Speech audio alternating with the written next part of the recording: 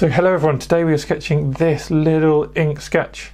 I'll be using a Fude pen, which is a pen with a sort of wonky nib, normally used for calligraphy. It's great for producing little sketches like this or little landscapes like this. Equally, you could use a normal fine liner. A quite bold fine liner would be good, or pairing a bold and a thin fine liner. Or you could use something like a brush pen.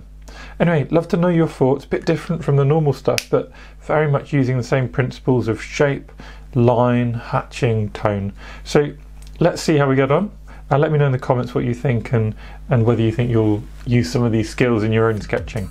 I'll be using a Fude pen, which has a nice, it's got a bent nib, which means you could do a range of different brush strokes. And equally, you could use a brush pen, or you could just use a fine liner and do a bit more hatching and a bit less of some of the other things we'll be trying out today. But anyway, without further ado, here's our little reference photo, and let's just start sketching and building it up. So as with any sketch I do, certainly, I can say any good sketch, but any sketch I do, a sketch starts with shapes. So let's find the obvious shape, which is this building in the background. And then let's start building up the other less obvious shapes as well. So we've got this kind of, I assume it's a little shed or something in the foreground, and all we're going to do is take the sort of tops of all these shapes, and maybe some of them will take the whole of the shapes, but we're just finding first those shapes. And the reason I say the tops is because the tops are kind of defining the relationships. That doesn't mean we can only take the tops. We can certainly take the whole shapes, but the tops do define a lot of the relationships. And actually, because they're all stacked on top of each other, you'll notice as we build up the tops of all these shapes, suddenly we've built up the bottom of them as well. So we've got this kind of progressively moving forward array of plants and things, and because they're all stacked, we come forward, the ones in front cover the ones behind. Get some of the idea of this little, say, curb, but what is it? It's edge of the plants in there, and then we can get some of these other even more foregroundy plants in as well. And just I left some nice little white gaps that these flowers can poke their way through. A couple of things missing. We got this big tree here and another big one here, and these sort of do come down because they actually, this one sits in front of this lovely fence work. And you see, all we've done is we've gone around, we've drawn shapes, and actually this is a super simple sketch, isn't it? But it kind of, I don't know, maybe I'm biased because I can see what it is, but I think it tells us a story about the scene already. So now what do we do? Well, we start building up those tones and just making it more evident what everything is. I'm going to start in the background now, and in these more distant trees I'm not going to do anything more clever, at least initially, than a little bit of just unidirectional hatching. So I'm just going to build up this as a kind of distant layer by just having it definitely got tone with a simple bit of hatching. It's definitely something there, but it doesn't have to be big, it doesn't have to be clever what we try and do. I'm going to do the same with this tree as well.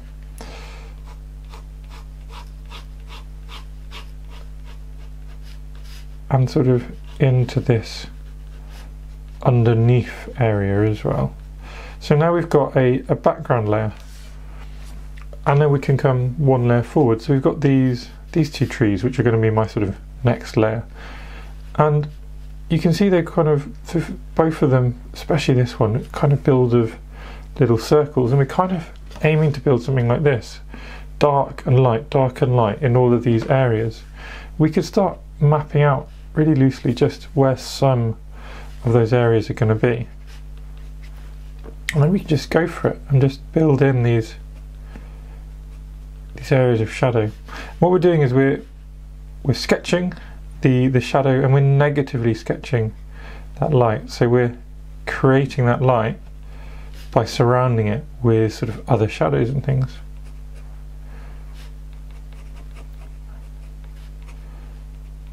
And that's something you can do with pen, is you can also just come in and, instead of having to have it single strength, you can just get your finger a bit messy and create these interesting tonal variations as well. And when having done that, what we'll do, we'll get these kind of branching patterns in, and they're going to link up some of these spaces and sort of explain the shapes, because at the moment we just got some odd shapes, haven't we? But as soon as we link them with branches, it's like, oh, definitely now a tree. Pop a couple of branches in this gap, and we can even do a bit of hatching just to fill up the gaps. And we can do some gentle hatching as well to create these alternative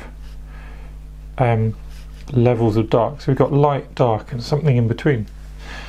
We could do the same here, or we could try something a bit different where we've got actually a significant area of boldness.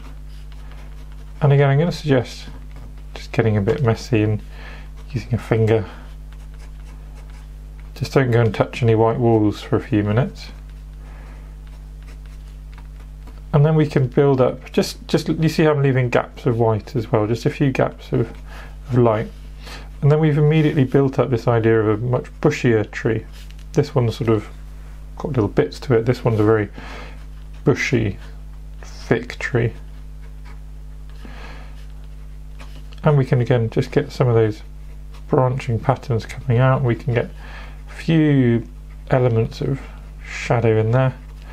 Now we've got another tree, and we just keep moving forward like this. So we've got the grass, and it can be tempting to say the grass is just white. Sorry, just bear with me while I do. I'm going to create a bit more of a fence there, but then in front of that fence we've got grass, and it's tempting to just call the grass white, but if the sky's white, then the grass definitely has got a bit more tone. And also it's nice just to have that texture. So we can do, again, just some unidirectional shading, and you can even do it more loose, so you can do different patches, because the grass is not perfectly symmetrical, is it? I've sketched in here is confusing me now, because actually there's a little like box or something at the side of the image, and because I was focusing on shapes, I added in this box, but I have no idea what it is and no idea how to make it fit this image yet. So what I'm going to do, I'm going to put it on a stick, because that's something my brain can understand. My brain can understand that a box might be on a stick, might be a post box, letterbox, something like that.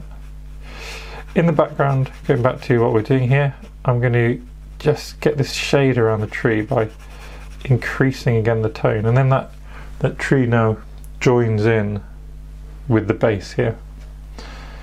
And we can kind of go to our next layer, which is probably our house at this point. Now our house we might want to do some more details in, so give it a nice shadow on its roof, perhaps get some little roof tiles here.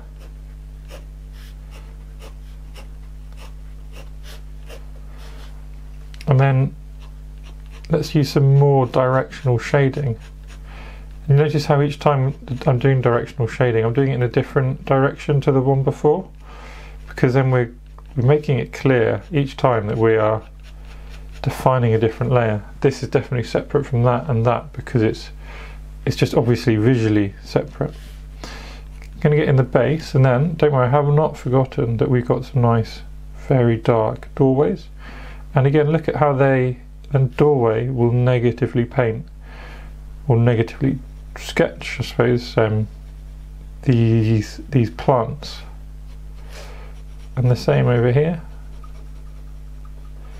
And just as we build up tone around light objects, they become real objects in themselves. We could try, just for now, let's leave this blank and see what it looks like if it's totally white. This sort of shed-like object, I'm going to really enhance the contrast on it, so we can have a slightly shaded side, a very dark side. Under the eaves I'm going to just do some extra hatching, and all we're doing, just imagine you're going around with a pencil, you're just gradually enhancing the sketching, aren't you?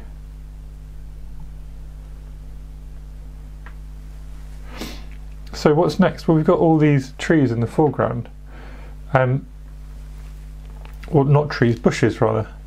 And they got some things coming, well, we've got the middle ground and the foreground, and these kind of little bits of grass poking forward. Now, I'm going to actually just elaborate on my bits of grass and maybe a few flowers, because that's going to help us in how we decide to sketch these other trees and other bushes.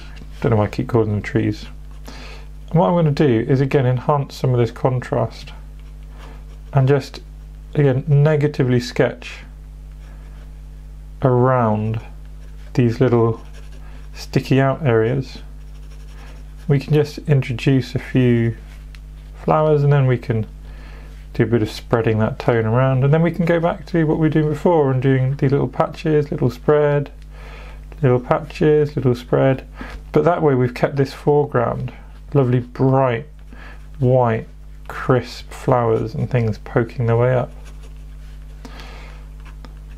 and then we can overlay that with a bit of sort of random hatching, so real scattery layers, and again that's just implying more detail than we've implied elsewhere, isn't it? And as we come forward we'll do the same.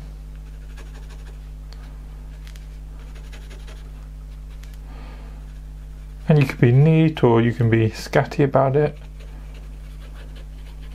Notice how I'm keeping a nice boundary, relatively crisp boundary between these two bushes at the front. And then I think as we get out here we'll just continue this idea.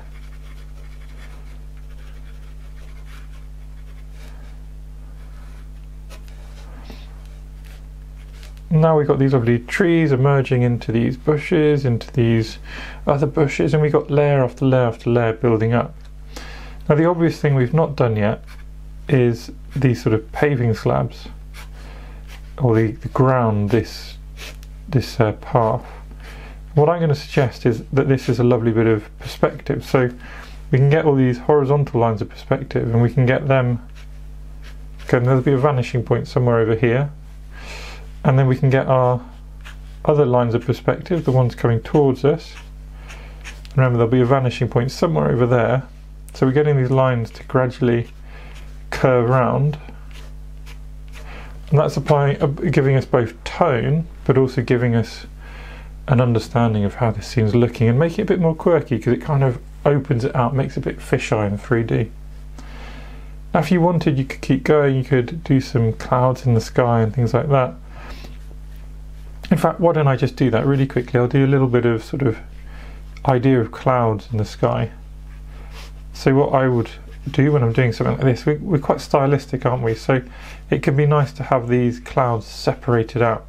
So we've got white, cloud, white. And then I would just use some really simple, quite loose and scratchy and broad, so big gaps between it, hatching. Just again a different plane, showing a different sort of, well, showing a different plane, a different direction, shows a different plane, shows a different layer to our image. And that is my sort of quirky little fun sketch, all done with pen, but providing lots of different tone and interest, lots of negative space, negative sketching, and different types of hatching.